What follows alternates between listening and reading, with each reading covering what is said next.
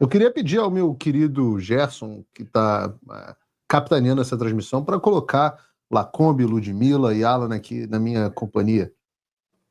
Olha o Lacombe, que pessoa elegante. Eu queria sentar com a postura do Lacombe. Isso é uma postura de apresentador global que eu nunca vou ter.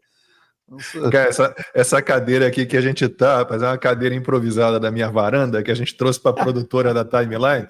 É uma cadeira, você pode perceber, é quase uma espreguiçadeira. E ela nos força a ficar com essa postura, viu? Uma cadeira normal já bota uma almofadinha na lombar, que a idade já pede, mas é isso. Tudo bom, Ludmilla? Paulo, eu estou aqui, é que não dá para colocar na janelinha assim pequena, nós todos aqui, nós três, né? Estamos Max Cardoso, Alan dos Santos e eu no mesmo ambiente. Então, prontos aqui para trocar uma ideia sobre essa farsa, né, de golpe de Estado. Aí eu vi que você vai fazer uma comparação entre Estados Unidos, lá, o que aconteceu nos Estados Unidos, o que aconteceu no Brasil. Eu não tenho essa capacidade, esse conhecimento profundo sobre política americana ainda, né? Estou aqui desde maio só deste ano, então ainda estou me aprofundando mais neste assunto, mas estou pronto para falar sobre como a gente imaginava que o consórcio de imprensa, né, tinha surgido na época da Covid. Foi bem antes.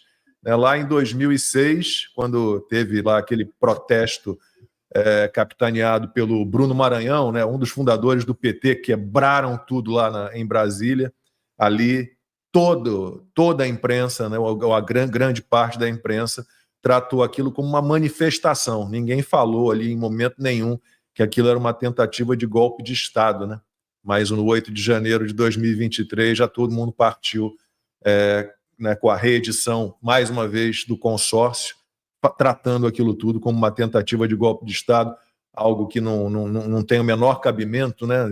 Domingão em Brasília, nenhuma autoridade por lá, um povo desarmado, né? Não tem como ser uma tentativa de golpe de Estado sem apoio de forças militares. Então, estou aqui para falar um pouquinho sobre a vergonha que é essa imprensa que desistiu de ser imprensa. Muito bom. Ludmilla, saudade, minha amiga querida. Feliz 2025 para você virtualmente aqui.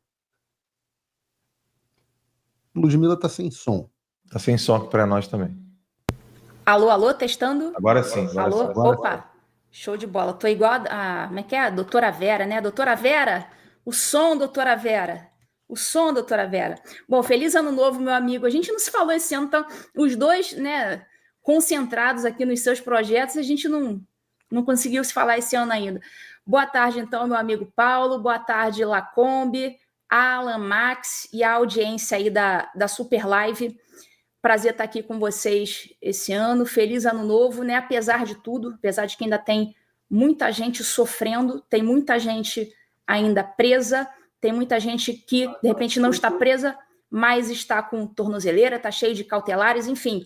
É um feliz ano novo, mas que, para a gente que está livre aqui na América, a gente está mais tranquilo, mas a gente sabe que, embora a gente esteja livre, o nosso coração sofre também. Tanto que a gente está aqui, né, tentando ajudar em alguma coisa no que a gente consegue. Eu estava me lembrando aqui que no dia 8 de janeiro de 2023, o fatídico dia, ninguém sabia, mas eu já era uma exilada nos Estados Unidos. Eu acompanhei todo o 8 de janeiro pela televisão, como todo mundo, acompanhei pela televisão, acompanhei pela internet. E já daqui dos Estados Unidos, eu já morava nos Estados Unidos há 2 meses e ninguém sabia ainda naquela época. Eu só fui revelar isso um ano depois, eu só fui revelar em 2024. Mais de um ano depois do meu exílio. Então eu acompanhei tudo aqui já com a cabeça de uma exilada política. E imagina só, eu ainda estava, né, há apenas 2 meses morando nos Estados Unidos, ou seja, ainda estava organizando a minha vida, eu ainda era uma juíza da ativa, eu ainda estava em atividade, né, fazendo audiência por videoconferência, fazendo as sentenças pelo PJE, processo eletrônico, eu ainda estava em atividade, fazendo audiência, vivendo em segredo nos Estados Unidos e vendo aquilo tudo acontecer assim na tela do meu celular, acompanhando as notícias, e eu pensando, isso aqui não vai dar bom. Já estava ruim agora vai piorar. Foi isso que se passou pela minha cabeça de exilada naquele dia em que eu acompanhei o 8 de janeiro. Assim, foi um dia terrível, terrível. E essa foi uma boa percepção, Ludmila. Daqui a pouco eu vou passar um vídeo que foi o meu comentário na Jovem Pan no 8 de janeiro, porque eu fui uma das primeiras jornalistas do Brasil a entrar no ar, muito antes da própria Globo News entrar no ar. A gente na Jovem Pan entrou no ar e eu fui o primeiro comentarista a entrar no ar. Eu já conto essa história. Mas eu quero dar as boas-vindas ao Alan dos Santos e ao Max Cardoso. Eu não sei se tem alguma forma, mesmo que coloque eles em tela cheia, mudança de câmera, melhor ainda. Alan dos Santos está bonito, com a barba aparada, cabelo cortadinho, parece um seminarista. É o nosso motorista de Uber mais famoso de Orlando. Alan dos Santos, esse sorriso aí famoso, Brasil, jornalista mais perseguido do mundo. Eu acho que do mundo, não tem nenhum jornalista mais perseguido que você no mundo. Queria te desejar feliz 2025 e te dar as boas-vindas. Obrigado, Paulo. Obrigado, Ludmila, Lacombe, Max e a todos vocês que estão nos assistindo. Agradecer à TV Flórida, a Auriverde, por essa oportunidade, né? Cristina Grêmio, ao Coronel, Gerson, a oportunidade de poder estar com essas pessoas maravilhosas e testemunhar o que aconteceu comigo e também narrar um pouco desse absurdo que o Brasil está vivendo, né? A minha alegria é estar com vocês e, de fato, saber que algumas pessoas, graças a Deus, não estão nas garras do Alexandre de Moraes. Outras ainda sofrem muito, outras, graças a Deus, conseguiram se libertar disso. E hoje eu estou com a minha família na Flórida, depois de 3 anos e meio esperando minha esposa e filhos. Para quem não sabe, eu peguei meu filho Pedro no colo, né? A primeira busca e apreensão por ordem do Alexandre de Moraes na minha casa. Minha esposa estava grávida de 9 meses. E a segunda busca e apreensão, o Pedro estava como recém-nascido.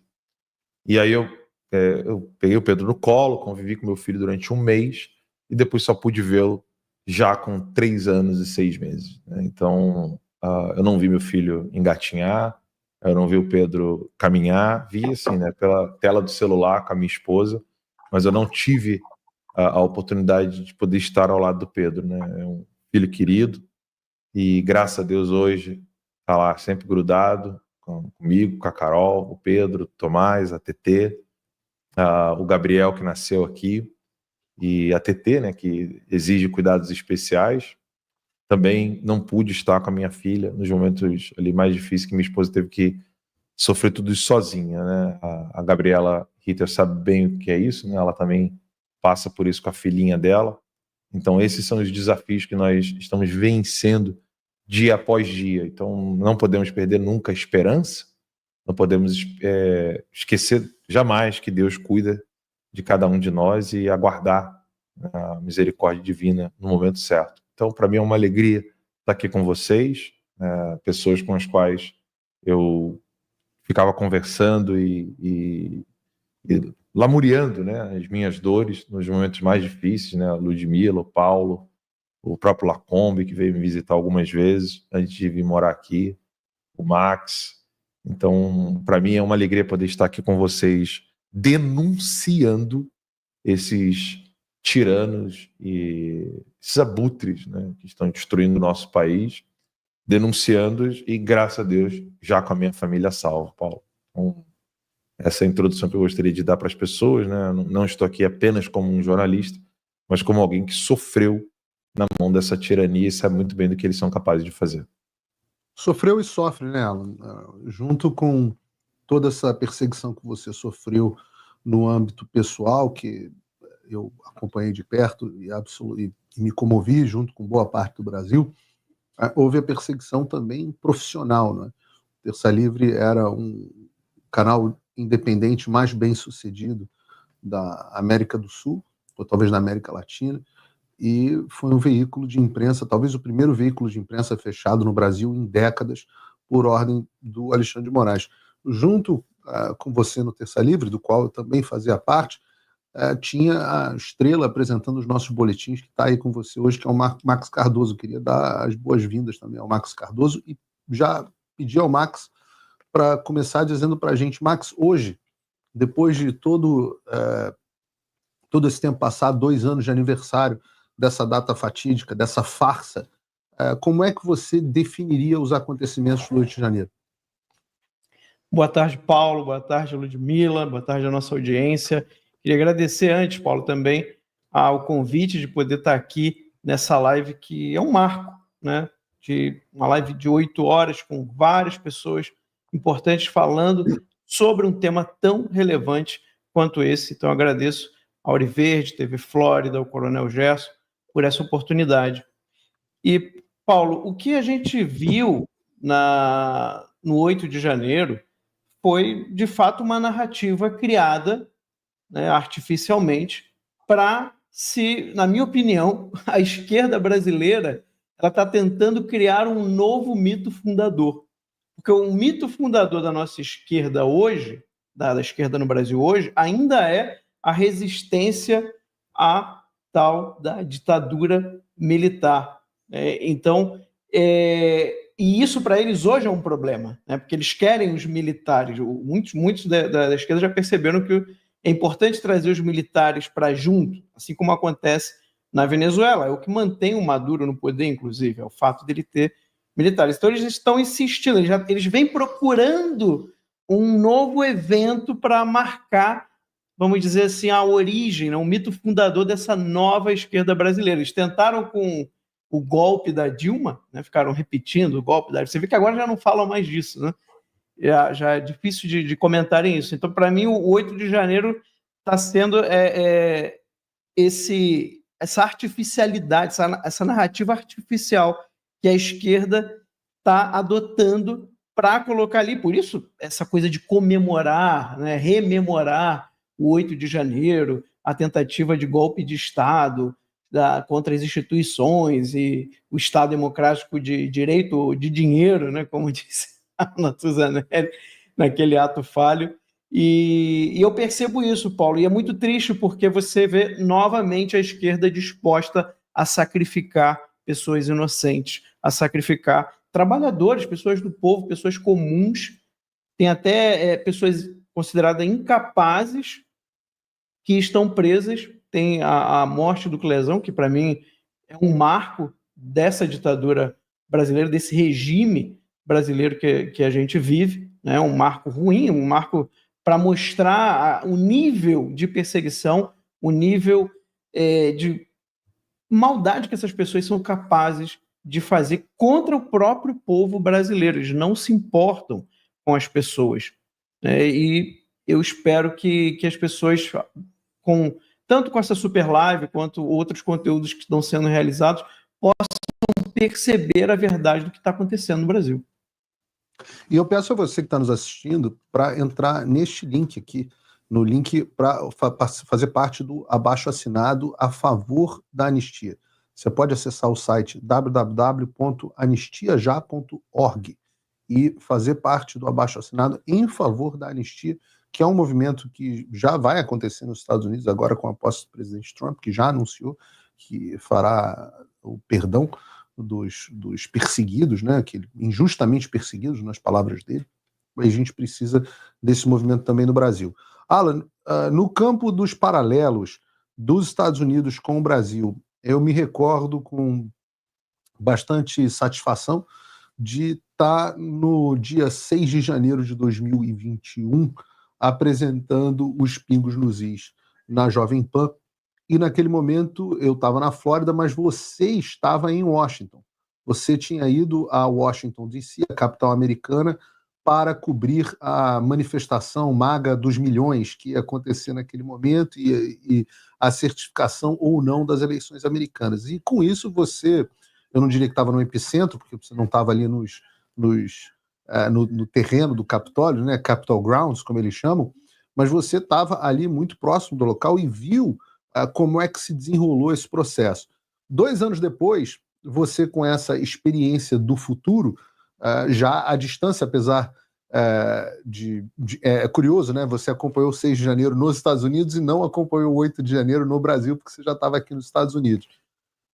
Mas você já dotado desse conhecimento, dessa experiência, o que você conseguiu perceber já naquele momento, já no momento 8 de janeiro, de similaridade com aquela experiência de primeira mão que você teve no 6 de janeiro americano?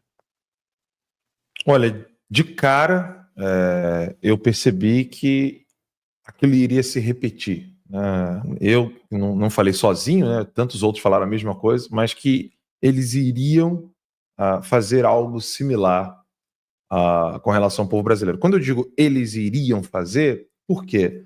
Porque, de fato, é fácil você manipular a massa, chegar dizendo, prometer, né, coisas impossíveis de serem alcançadas ou acabar querendo dar soluções mágicas, né? Eu gosto muito da expressão de um político que hoje é vice-prefeito de Curitiba, que é um político que eu admiro muito, que é o Paulo Eduardo Martins. Eu gosto muito da expressão dele, tentar dar cavalinho de pau em transatlântico.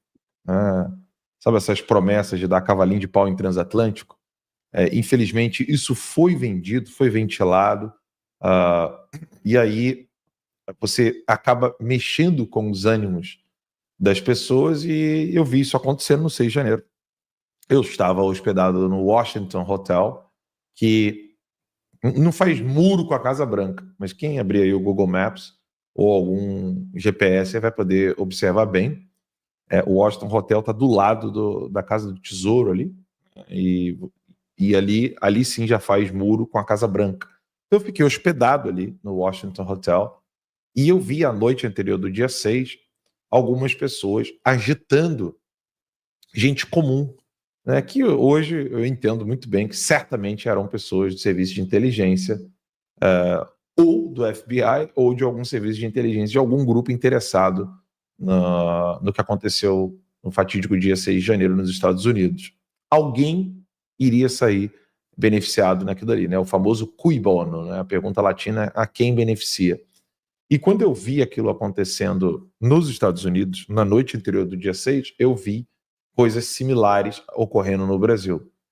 Mesmo que não sejam agentes, né, mas o efeito psicológico e o comportamento, ele tem um padrão, né, de você agitar as pessoas.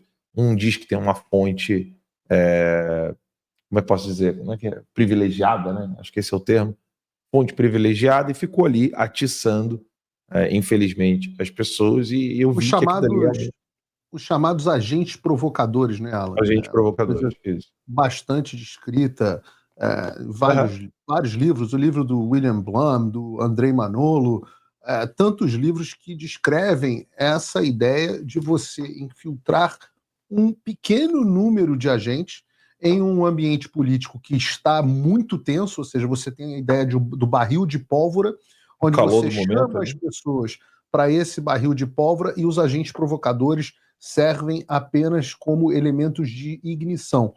E, a partir daí, você tem uma série de pessoas inocentes ali, empolgadas pelo calor do momento, muito revoltadas com alguma situação, que vão lá e acabam direcionando o movimento político na direção que interessa a esses grupos que colocaram os agentes provocadores lá no local. E eu chamo atenção para isso, Alan, porque recentemente saiu a notícia de que, na época que você começou a dizer isso, e eu comecei a dizer isso, essa ideia não passava de uma teoria da conspiração. Hoje, um relatório que saiu há 2 semanas atrás do próprio FBI, do Departamento de Justiça, mostra que havia pelo menos 26 agentes do FBI dentro das manifestações do 6 de janeiro infiltrados. Do FBI, sem contar a CIA, sem contar agentes provocadores de governos estrangeiros, etc., etc., do FBI, não é teoria da conspiração mais, são dados oficiais, 26 agentes infiltrados. E quando a gente fala desse assunto no Brasil, as pessoas falam como se você estivesse falando da coisa mais fictícia do mundo. O próprio Lenin... Quase narrando James Bond, né? Eles pensam como se fosse uma coisa inovadora. Né? Você pega eu falo do livro do William Blum porque ele mostra todas as ações do governo americano colocando agentes provocadores em manifestações populares, desde a Guerra Fria até a Primavera Árabe. Mas se você for ler o próprio Lenin, né, o que fazer, o Lenin cita a estratégia de infiltração em manifestações como Eu ia mencionar isso agora, desculpe interromper, mas eu ia mencionar isso agora. Quem quiser ler sobre agitação e propaganda, né, existe um site que está em vários idiomas, inclusive vastamente traduzido para o português. É um site cujo link é marxists.org, ou seja, marxistas, no plural, sem o A, né, marxistas.org, né, marxist.org. E lá você tem cursos de agitação e propaganda com os melhores professores marxistas. Né? Olha que chique, né? Os melhores professores comunistas do planeta, inclusive o próprio Lenin. Né? Então lá você tem textos e mais textos, né, sobre isso. E um dos maiores agitadores, né, quando você pesquisa no Google sobre Stalin, fotos de Stalin, você que está nos assistindo pode fazer já esse exercício aí agora mesmo, abrindo uma nova aba, procura fotos do Stalin. Normalmente tem uma foto famosa do Stalin andando com os membros do seu regime, e tem um que está com a roupinha toda de branco, um terno branco, calça branca. Esse homem era o responsável pela agitação e propaganda no regime do Stalin. Ele tem um livro só sobre isso, e é impressionante porque ele dá detalhes de como que deve se falar com o pessoal do sindicato, como que se deve falar com militares, como se deve falar com intelectuais, como se deve falar com políticos. E é impressionante como ele dá detalhes de comportamento, tom da fala. Ele explica, inclusive, que quando se fala... Ele falava assim, quando vocês se dirigirem a militares, vocês devem subir em algum tipo de nível. Pode ser uma caixa, pode ser um balde, pode ser qualquer coisa, porque o militar vai te dar atenção se ele estiver te olhando de baixo para cima, para que você tenha autoridade. Mas quando vocês forem falar com o povão, o sindicato, etc., não suba em nada e esteja no mesmo nível que o deles. Ele dá esse nível de detalhes de agitação e propaganda. Né? Enfim, desculpa interrompê-lo, mas é que... Não, como assim teoria da conspiração se o troço tem orientação de detalhes de comportamento? Mas, me desculpa, eu estou olhando de vez para o lado aqui, que está aqui o Lacombe, está aqui o Marx. Não, eu quero ouvir justamente o Lacombe, porque nada disso, sobre a instrumentalização do 8 de janeiro, nada disso seria possível se não fosse um papel quase que de uma rede de TV estatal que a grande mídia brasileira resolveu adotar. E pouca gente conhece a nossa imprensa como você, Lacombe. Como é que você avalia a cobertura jornalística que foi feita do 8 de janeiro até agora, inclusive na tentativa de esclarecer o que ocorreu? Era o comportamento da posse do Bolsonaro até a saída do Bolsonaro, era o comportamento da imprensa de um partido político derrotado nas eleições. Né? E a partir da posse do Lula, já passa a ser o comportamento de um cúmplice de algo muito errado, né? E de alguém que estava ali, né, de um corpo de imprensa preparado para manter uma grande mentira, uma grande fraude. E aí os atos do 8 de janeiro serviram para isso. Né? Eu tenho muita vergonha. Eu comecei a minha carreira em 1988. Trabalhei 25 anos na Globo, somando os 5 anos na afiliada em Santa Catarina, mais os quase 20 anos de Globo do Rio de Janeiro. Tive lá diretores muito bons, Evandro Carlos de Andrade, Alice Maria, jornalistas muito sérios, muito sérios. Eu trabalhei numa emissora que levava o jornalismo a sério, nos 20 anos que eu passei na Globo Rio, que é a cabeça de rede, digamos assim. Eu não vi nada parecido, Então aí a gente teve lá, eu sempre considerava que o consórcio de imprensa tinha surgido na época da Covid, nunca tinha visto essa história de consórcio de imprensa. Na minha época de Globo, ali começando como repórter da Globo no Rio, em 97, a Globo nem considerava as outras emissoras de televisão, a audiência dela era tão alta, 70% da audiência era da Globo, ela não considerava as outras emissoras concorrentes. Me lembro que na minha época ali de jornalismo local, a Globo se voltava muito para a concorrência contra o jornal O Dia. Então ela, como emissora de televisão, via como seu maior competidor um jornal impresso. Mas aí, como citei, aí eu fiquei... Né, a gente, depois do 8 de janeiro, vai olhar ali a cobertura que foi feita pela imprensa em 2006, que eu citei no início, aquele quebra-quebra lá com a turma, com os sindicalistas, né, com CUT, com MST, com gente do PT, PCdoB, PCB, PSTU, e a gente até rodou hoje na revista Timeline um vídeo que eu fiz para o 4x4, peguei lá uma compilação de coberturas da imprensa em 2006, 2013, 2014 e 2017, de manifestações que descambaram para um quebra-quebra muito, muito maior do que o que foi visto no 8 de janeiro, né? Com gente ferida, com carro virado, com bomba, com gente incendiando sede de ministério. E aí você vai olhar o comportamento da imprensa de um modo geral em relação a essas manifestações, né, bem agressivas, né? Você vê que todos se comportam da mesma forma, tratando aquilo como manifestação, chamando lá os baderneiros, incendiários e os agressores de policiais legislativos, policiais militares, tal, como manifestantes, que aquilo era um protesto, uma tristeza total e absoluta. Aí você vê de novo a imprensa atuando como consórcio na época das eleições presidenciais, da campanha presidencial de 2022, né? Atuando de novo como um partido político derrotado nas eleições de 2018, né? Metendo o cacete no... Desculpe aí a expressão, estou convivendo muito com o Alan, né? A gente acaba pegando... Agora a culpa é minha. Agora. Ele está ficando bem mais... A gente está se encontrando no meio do caminho, entendeu? Eu estou subindo um pouco meu tom, o Alan desceu um pouquinho dele, e aí a gente está dentro do limite aqui permitido de velocidade. Não pode ser igual ao português e o peixe, viu, Lacombe? Como é? Como é que é? Você conhece a história do português e do peixe, né? Ih, rapaz, essa eu não conheço, não. O português, eu posso falar isso com lugar de fala, porque eu sou português, que o português viu uma vez uma pessoa no aquário fazendo assim e o peixe seguindo. Aí fazendo assim, o peixe seguindo. Fazendo assim, o peixe seguindo. Cara, o português falou, como é que pode isso? Que coisa espetacular, como é que você consegue fazer isso? Aí o japonês que estava fazendo isso falou, olha, mente superior controla mente inferior. Aí o português ficou fascinado com aquilo e ele tentou fazer. Quando passou 5 minutos, o português voltou para o aquário e estava... O japonês voltou para o aquário e estava em português. Então você tem que tomar... cuidado aí na companhia, não sei, vocês dois eu acho que vão acabar se igualando, que são duas mentes geniais. Eu vou tirar um print de você fazendo biquinho aí depois. Mas, ó, para encerrar aqui essa minha análise sobre a imprensa, aí você pega, então, a atuação em consórcio de novo durante a campanha presidencial, a atuação em consórcio de novo defendendo, não sei nem se dá para falar isso aqui, tem que tomar cuidado, mas as maquininhas lá em que a gente finge que escolhe um candidato, aquelas coisas todas.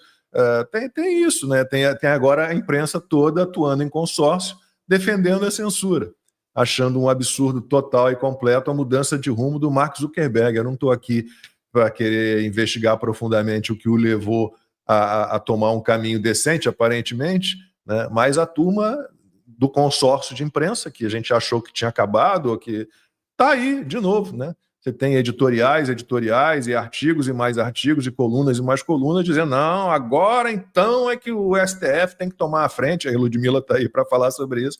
E o plano B é o STF legislar, porque as leis que a gente tem parece, né, Ludmila, que não são suficientes, mas temos lá a Lei Geral de Proteção de Dados, né, o Marco Civil da Internet, a gente tem os crimes de calúnia, injúria e difamação, o que mais? Tem crimes cibernéticos, né? Não tem necessidade. O que a gente precisa ter já está aí posto, mas a turma da imprensa, desse consórcio de imprensa nojento, que me dá vergonha, mas vergonha, toda está se levantando em defesa da censura. Eu gosto de pensar que o que está fazendo o Mark Zuckerberg ver a luz é o jiu-jitsu lá com a beleza. Falamos muito disso aqui. Inclusive, você pegou a roxa agora, né? Eu já estou pegando a marrom daqui a pouquinho.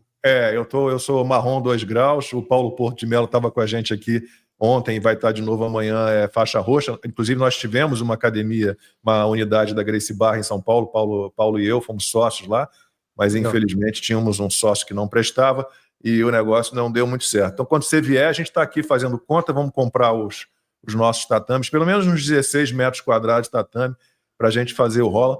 Quem sabe o Zuckerberg aparece para aí, vou dar umas boas amassadas nele, viu?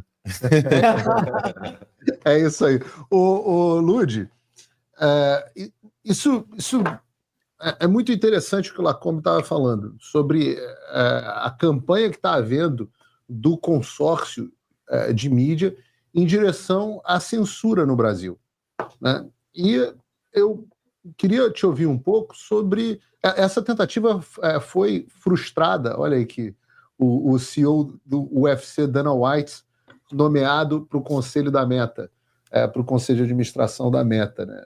Dana White, que é o cabeça do UFC, né? O homem que revolucionou o UFC, não criou, quem criou foi o Rorion Gracie, mas ele é o homem que revolucionou o UFC aí, que transformou o UFC numa máquina de mídia americana, né? Uma potência de mídia americana hoje que chega a fazer frente aí aos grandes esportes e que não entra a lacração. Esse homem hoje está agora no conselho de administração do UFC, e o Mark Zuckerberg é um cara que começou a praticar jiu-jitsu há uns 2 anos atrás e mudou de personalidade. Dá para dizer que ele mudou de personalidade de lá para cá. Talvez não tenha sido só isso, não, mas eu gosto de acreditar que o jiu-jitsu ajudou a melhorar. Mas, Lud, eu estava falando sobre essa questão da censura e eu queria ouvir a tua impressão sobre essa campanha em curso da censura no Brasil e como é que você enxerga isso diante do momento que nós todos aqui, todos nós que estamos falando, estamos nos Estados Unidos, né? Ludmila, Lacombe, Alan e Max estão em Orlando, na região de Orlando, de Flórida Central, e eu estou aqui no sul da Flórida, no estúdio da TV Flórida. Como é que a gente, aqui nos Estados Unidos, que está vivendo justamente esse momento que o Mark Zuckerberg ilustra tão bem, né, de reversão das práticas de censura que foram implementadas ali a partir de 2018, 2019, mas mais fortemente em 2020. A gente está vendo o Mark Zuckerberg ano passado escreveu uma carta pedindo desculpas pela censura. A gente viu que o X mudou de comando para a mão do Elon Musk justamente com uma liberdade de expressão, o crescimento aqui nos Estados Unidos de redes que foram proibidas no Brasil, como o Locals e o Rumble, a volta do Donald Trump para as redes sociais, né? A gente tem que lembrar disso. No dia, acho que 7 de janeiro, ou 8 de janeiro de 2021, essas redes sociais, esse mesmo Mark Zuckerberg, estava retirando o presidente, o então presidente dos Estados Unidos, das suas redes sociais. O X fez a mesma coisa. E hoje a gente vive um forte momento de reversão com o Mark Zuckerberg dizendo que vai trabalhar junto do governo dos Estados Unidos, inclusive para impedir a proliferação da censura, não só nos Estados Unidos, mas também no mundo inteiro. Hoje você tem já a resposta do Alexandre de Moraes, do Ministério Público pedindo explicação para a Meta, dizendo não, aqui no Brasil vale a censura. Como é que você enxerga isso, Lud? Paulo, o que eu estou vendo é que o STF se meteu num mato sem cachorro.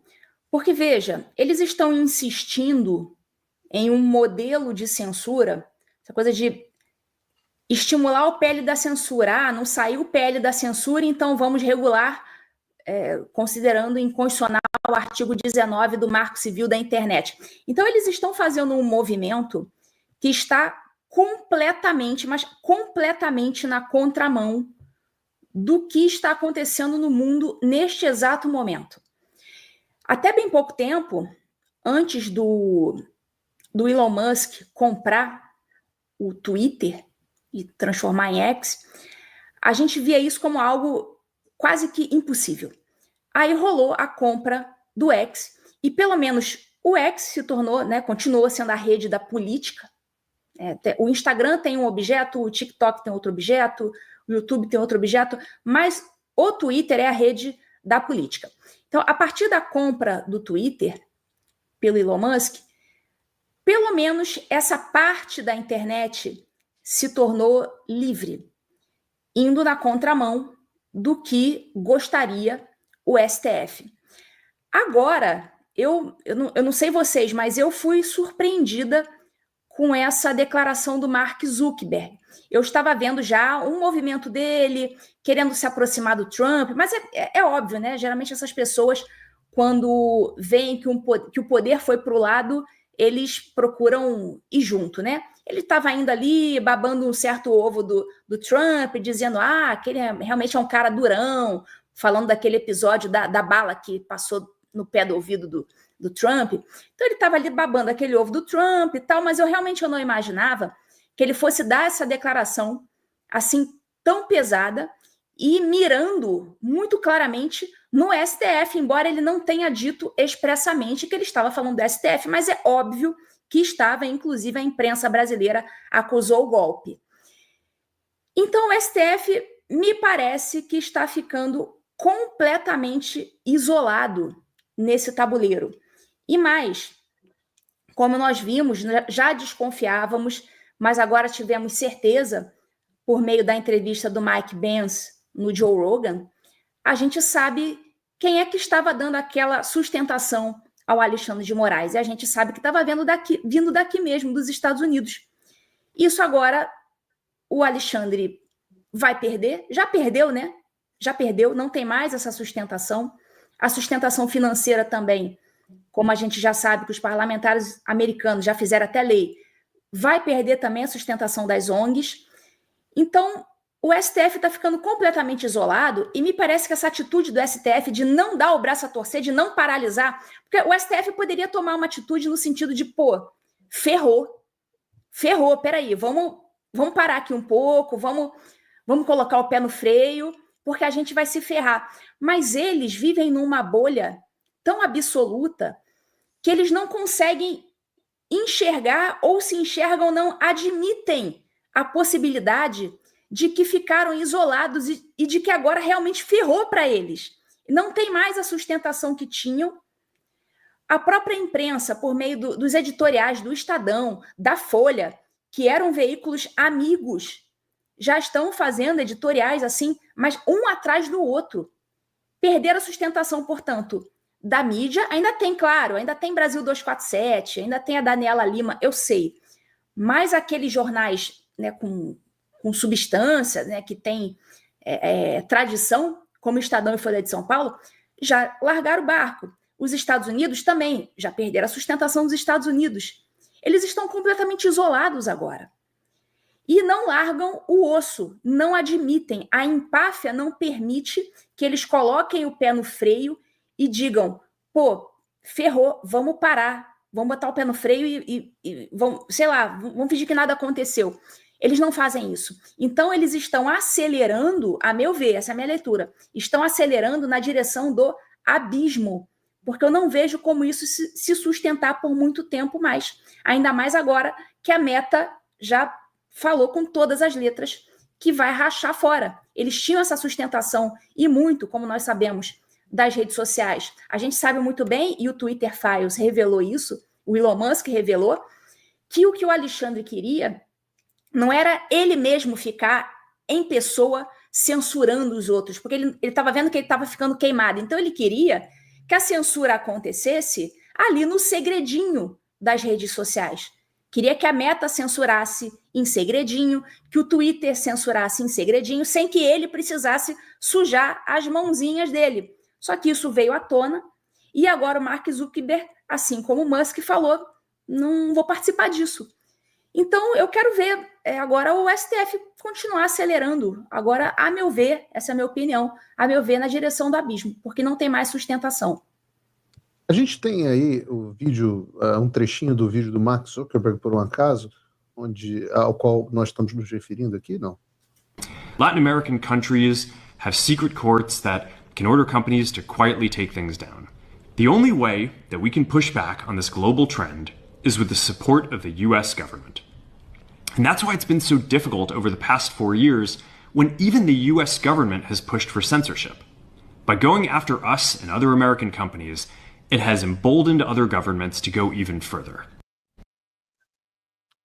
Alan, eu ouço a fala do Mark Zuckerberg, onde ele diz que a postura do governo americano fortaleceu. Ele usou a palavra embolden, né? Em inglês, embolden é tornar bold, é tornar grosso, tornar pesado, né? Tornar encorpado. Incorporou a postura de pessoas na América Latina. Ele está se referindo especificamente ao Alexandre de Moraes, para irem atrás de empresas americanas, e aí, no caso, ele está se referindo ao concorrente, rival e até inimigo dele, num certo sentido pessoal mesmo, Elon Musk. Eu queria saber, a Ludmila fez um prognóstico interessante, que ela enxerga que o STF está indo em direção a um abismo com a tentativa de dobrar a aposta. Queria saber se o teu prognóstico é um prognóstico parecido. E queria explicar um pouco essa questão técnica de rede social, que o Meta está envolvido na minha conta. A minha primeira conta no Instagram, que é verificada, é Alan Santos BR. Quantas contas você tem, Alan? Só para saber aqui. 48. Tá na 48. Então, hoje é Alan 48. conta 48 para seguir. Não, 48 conta do Alan. @48 conta do Alan. Eu digo isso porque hoje eu fiz a minha 8ª conta. Sou garoto. Sou menino aqui. Vamos divulgar. Conta número 8. @realpfigueiredo08. Quem quiser pode seguir lá. Aliás, agradecer a enorme audiência aqui. Nós estamos com quase 18 mil pessoas aqui já nos assistindo simultaneamente. Mas, sim, então, o Alan, quando você estava falando da sua primeira conta no Instagram, que foi mais ou menos ali no momento de Pero Vaz de Caminha, alguma coisa do tipo.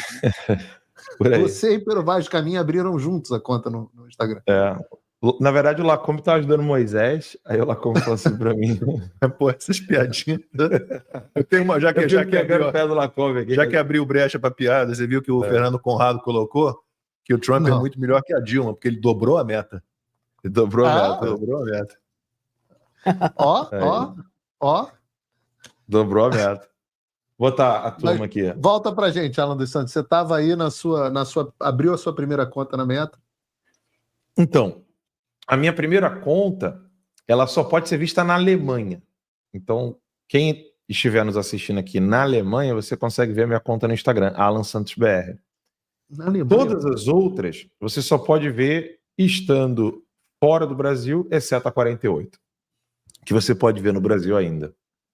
Por que ocorre isso, né? Porque o Alexandre de Moraes havia pedido, ordenado, né, para que o mundo inteiro não pudesse mais acessar as nossas contas, né? Isso começou comigo.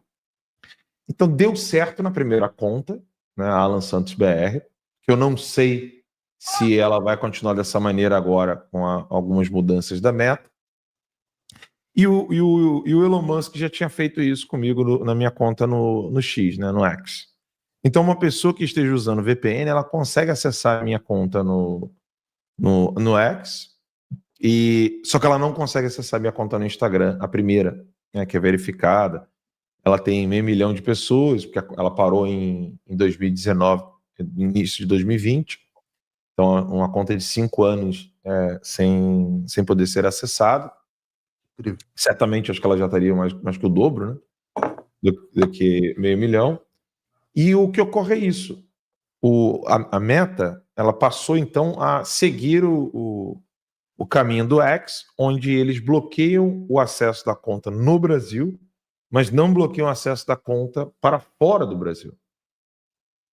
E é disso que ele está falando ali, quando ele diz que há tribunais na América Latina que eles pedem para que a pessoa seja censurada sem dizer que foi o tribunal, né? Esse é o objeto de uma das reportagens, da série de reportagens do Glenn Greenwald, num dos diálogos envolvendo lá o Talhaferro e o... Exatamente, e que confirma o Twitter Files do Michael Shellenberger. Exato. Quando o Michael Shellenberger publicou a ideia de que havia tribunais secretos, isso foi muito criticado. As pessoas diziam que não existia, as autoridades negaram, etc, etc. Depois nós tivemos a reportagem do Glenn Greenwald na Folha de São Paulo, mostrando que de fato isso acontecia, que a nova direção do X estava se recusando a cumprir decisões como se fossem deles próprios, né? E aí agora você tem o próprio Mark Zuckerberg dizendo num vídeo que isso de fato acontecia. Exatamente isso. Então, é interessante o público entender um pouco melhor como se dá os meandros da censura, porque a loucura do tiranete Alexandre de Moraes é tentar fazer com que o mundo inteiro não acesse mais a conta. Isso aconteceu no início, é por isso que a minha primeira conta ela não pode ser vista, a não ser na Alemanha, não me pergunte por quê, na Alemanha. Mas na Alemanha pode ser vista a minha primeira conta, Alan Santos BR, lá no Instagram, mas agora as pessoas só podem acessar então a 48 conta do Alan. E é por isso que ele está falando disso aí. E você vê que tem uma mudança. acontecendo. É até um assunto muito interessante, que não seria tanto o objeto da nossa live aqui, mas é interessante ver uma mudança de rumo, pelo menos pelo lado dos globalistas, né? Você vê que parece que há um step back, há um passo atrás por parte dessa elite anglo-saxã, elite econômica financeira do mundo ocidental, onde eles, ao invés de quererem bater de frente com forças políticas do Ocidente, eles preferem manter uma relação de boa vizinhança e focar os olhos no bloco sino-soviético, né? Rússia e China. É o que temos conversado várias vezes aqui no Conversa Timeline, nesse programa do canal da Timeline, da revista Timeline. É um dos pontos de debate nosso aqui. A gente está sempre conversando sobre isso, o Max Lacombe, porque a gente está vendo, por exemplo, quase em ordem cronológica, aqui eu não vou citar em ordem cronológica, nem em ordem temporal, nem em nenhum tipo de ordem aqui, mas citando alguns casos recentes, o Milley indo parar na capa da revista Time, né? O Trump como o homem do ano, e você vê ali uma certa mudança de postura da elite anglo-saxã em relação a essas figuras políticas do Ocidente. E o Mark Zuckerberg, ele está ali nesse rumo novo, não estou dizendo da liberdade, como fez o Elon Musk, mas ele está querendo mudar também de rumo, nem que seja um pouco aí, espero que seja bastante, né? Que seja mudança de rumo mesmo, quase copérnica, porque nós precisamos disso. As redes sociais são os únicos meios pelos quais, dentro de um país que está sofrendo algum tipo de ditadura e censura, é o único meio de comunicação possível para narrar certos fatos. Hoje, se a pessoa quiser usar só os jornais para entender quem é Clezão e o que aconteceu com ele, como está a filha dele, a esposa, e o que o Clezão estava fazendo, e por que ele foi condenado, e por que ele morreu, você não vai descobrir. Você nunca vai descobrir, por exemplo, que foi negligência do Alexandre de Moraes, que o Alexandre de Moraes foi moroso ao responder o pedido de emergência para cuidar do Clezão, que realmente tinha um problema de saúde, que tinha laudo, que o laudo foi apresentado à corte, que eles tinham... a própria 3GR havia se manifestado favoravelmente. Exatamente. Então, assim, se você depender dos jornais, da mídia mainstream, você não vai ter acesso a essas informações. Então, o Mark Zuckerberg, ele está vendo que o X virou hoje uma força de comunicação incrível, inclusive com algumas novas features, né? Não sei como eu vou traduzir features, funcionalidade. Existem novas funcionalidades agora no X, onde quando você está acessando uma publicação, né? Vou fazer o teste aqui agora para mostrar para o pessoal. Você vai numa publicação qualquer, estou vendo aqui agora Elon Musk, postou aqui, George Soros, hatred of humanity includes Israel, by the way. Então, o ódio do George Soros à humanidade inclui Israel. É o que o Elon Musk colocou aqui. E aí você tem uma função agora onde você clica no serviço de inteligência artificial do próprio X, que é o Grok, você clica aqui e ele já te dá um resumo da publicação, explicando o porquê daquela publicação e do que ela está falando. É um serviço interessantíssimo, porque agora você pode ficar sabendo sobre vários assuntos.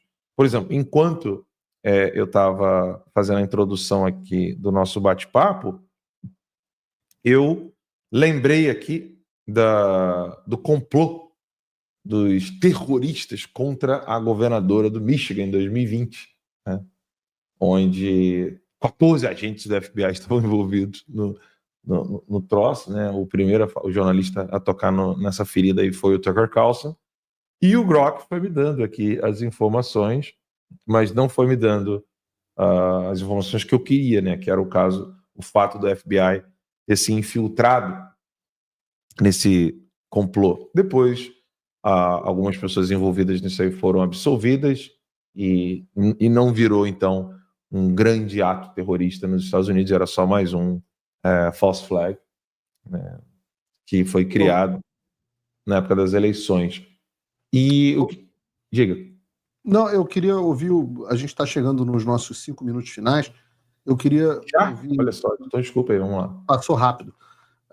Eu queria. Daqui a pouco vai entrar aqui o Marco Antônio com um grande elenco aqui. Eu queria ouvir o Max a respeito disso que a gente está falando, ainda conectando essa mudança de ventos com o 8 de janeiro e com o 6 de janeiro, de como é que ele enxerga que, porque daqui a 12 dias, né, nós vamos estar comentando a anistia, né, praticamente aqui, na verdade, o termo correto aqui nos Estados Unidos é o perdão presidencial aos perseguidos do 6 de janeiro. Então, nós tivemos um fenômeno muito parecido nos Estados Unidos, melhor do que no Brasil, porque aqui, pelo menos, o processo de perseguição política foi feito pelos tribunais ordinários, com o Departamento de Justiça atuando de forma ordinária, então havia apelação, havia cortes diferentes, não estava tudo concentrado num juiz tirânico super poderoso, mas essas pessoas foram, sim, condenadas em legislações que depois a Suprema Corte derrubou boa parte desse entendimento que existiu dos tribunais a respeito das condenações. As pessoas foram jogadas na prisão, foram forçadas a fazerem acordos de plea bargain, não sei como é que se chama isso no Brasil. Não persecução penal. Não persecução penal. Muito obrigado, Lacombe. Esse acordo de não persecução penal, assim, há muitas similaridades e essas pessoas agora estão sendo perdoadas pelo Trump, que diz que elas agiram insistentemente. Max, rapidamente, como é que você enxerga, em 2 minutos, como é que você enxerga que vai ficar a situação do Brasil, do movimento contra a anistia, do movimento pró-anistia e desse abismo para o qual o STF estaria indo? Olha, Paulo, para mim só tem uma solução no Brasil, tá? Que é frear o judiciário. Enquanto o judiciário for um superpoder, para mim, assim, o pessoal fala muito de eleição, de Senado, eu não vejo solução no Brasil enquanto o judiciário for um superpoder. Você colocou muito bem. Nos Estados Unidos, a diferença, e tudo aí pode acontecer, porque foram os tribunais ordinários. Os poderes funcionam. O presidente tem... O Biden deu um indulto presidencial absurdo para o filho dele. Mas está lá. Foi respeitado. Por quê? Porque ele tem esse poder. Enquanto que no Brasil, o indulto presidencial ao Daniel Silveira foi anulado. Agora teve mais um indulto, sem querer, né? O Lula deu um indulto que é válido para o Daniel, e eu duvido que ele será aceito. Duvido, ou seja, ele vai ser talvez a única pessoa na história que tenha 2 indultos anulados, 2 indultos presidenciais anulados. Então, para mim, nada vai acontecer no Brasil enquanto não fizer um freio no judiciário. E, na minha opinião, isso começa com o impeachment do Alexandre de Moraes.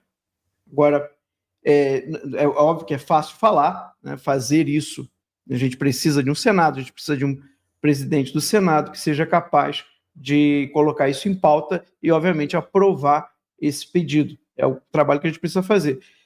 Quanto à anistia, eu acho importante, por quê? Porque é uma maneira de você fazer com que inocentes agora, que estão sofrendo agora, parem de sofrer. Não acho que é a melhor solução, não acho o ideal, porque é meio que a anistia requer assumir a culpa, né? A palavra anistia significa aconteceu o crime, mas você vai ser anistiado. Então, não é a melhor solução. Mas, pensando nas famílias que estão sofrendo, nas pessoas que estão aí injustiçadas e que podem ficar aí 17 anos na cadeia, porque para essas pessoas não vai ter progressão de regime. Vai ser exatamente o que aconteceu com o Daniel Silveira. Por qualquer motivo, eles vão te colocar lá de volta.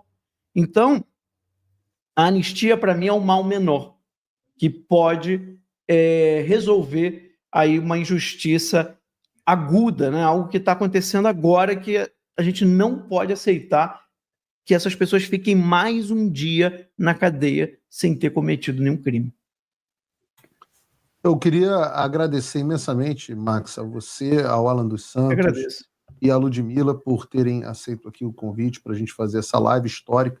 A gente está vivendo um momento de transição E embora no Brasil pareça que só há trevas, eu acho que a gente aqui dos Estados Unidos pode dizer para as pessoas que há um futuro brilhante, né? Assim como o Brasil esteve atrás dos Estados Unidos em vários dos acontecimentos, inclusive no 6 de janeiro versus 8 de janeiro, a gente pode dizer, olha, se o Brasil também for copiar o que acontece nos Estados Unidos, ou esse movimento global que a gente está descrevendo aqui, nós podemos ter esperança no nosso país de que dias melhores virão. O que é necessário é que o brasileiro tome as rédeas do destino da nação. Uma forma singela que as pessoas podem contribuir é participando do nosso abaixo-assinado pela anistia. Como o Max falou, a anistia não é o melhor remédio, mas é um remédio que para as pessoas que estão sofrendo tanto nesse momento. Você pode acessar o nosso site www.anistiaja.org, anistia já sem o acento no já, naturalmente, .org. Mais uma vez, Max, Ludmila e Lacombe, muito obrigado. Que agradeço, Paulo. Obrigado, Paulo. Obrigado, Ludmila. Obrigado a todo mundo aí. Boa tarde para quem é de boa tarde, né? Eu sei que cada um está no horário diferente. A Karina estava à noite lá, né? Nós estamos aqui a 4 horas e 4 minutos. 4 e 1, né? 4 e 1 minuto da tarde.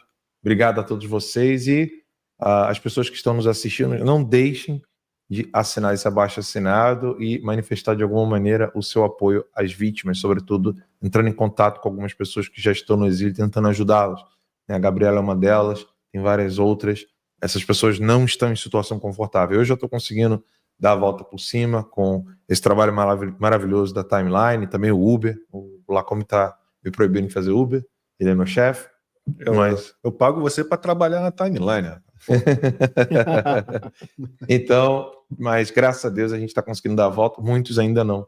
Então não deixe de ajudar as pessoas que estão no exílio. A sua contribuição para essas pessoas, o pouco que seja, vocês não têm ideia a diferença que faz. Eu falo isso por experiência própria, né? Já teve dias aí que, se não fossem a ajuda de algumas pessoas, eu realmente talvez teria dificuldade até de comer alguma coisa, né? Pessoas ajudaram com aluguel, ajudaram de todas as maneiras. Hoje, graças a Deus, a gente está dando a volta por cima, mas pessoas como a Gabriela e tantos outros precisam da sua ajuda e não deixe de ajudá-los, né? E oração, sobretudo, né? Deus abençoe essas pessoas, as vítimas do Alexandre de Moraes, que Deus leve conforto e esperança, né? Que Deus há de fazer justiça, se não nessa terra, pelo menos diante na sua glória, né? Diante da face do Altíssimo no céu, mas que Deus nos dê força para vencermos esse momento de batalha e derrubarmos esses tiranos, né? E parabéns pela oportunidade de fazer uma live sobre esse tema, desmascarando tudo aí. Amém. Posso só fazer uma indicação de livro antes da gente encerrar? Deve. Se puder colocar aí a tela em mim. Esse livro aqui, olha, é um livro sobre o 8 de janeiro, né, o direito penal do inimigo. Esse livro foi lançado recentemente pela defensora pública, a doutora Bianca Rosieri.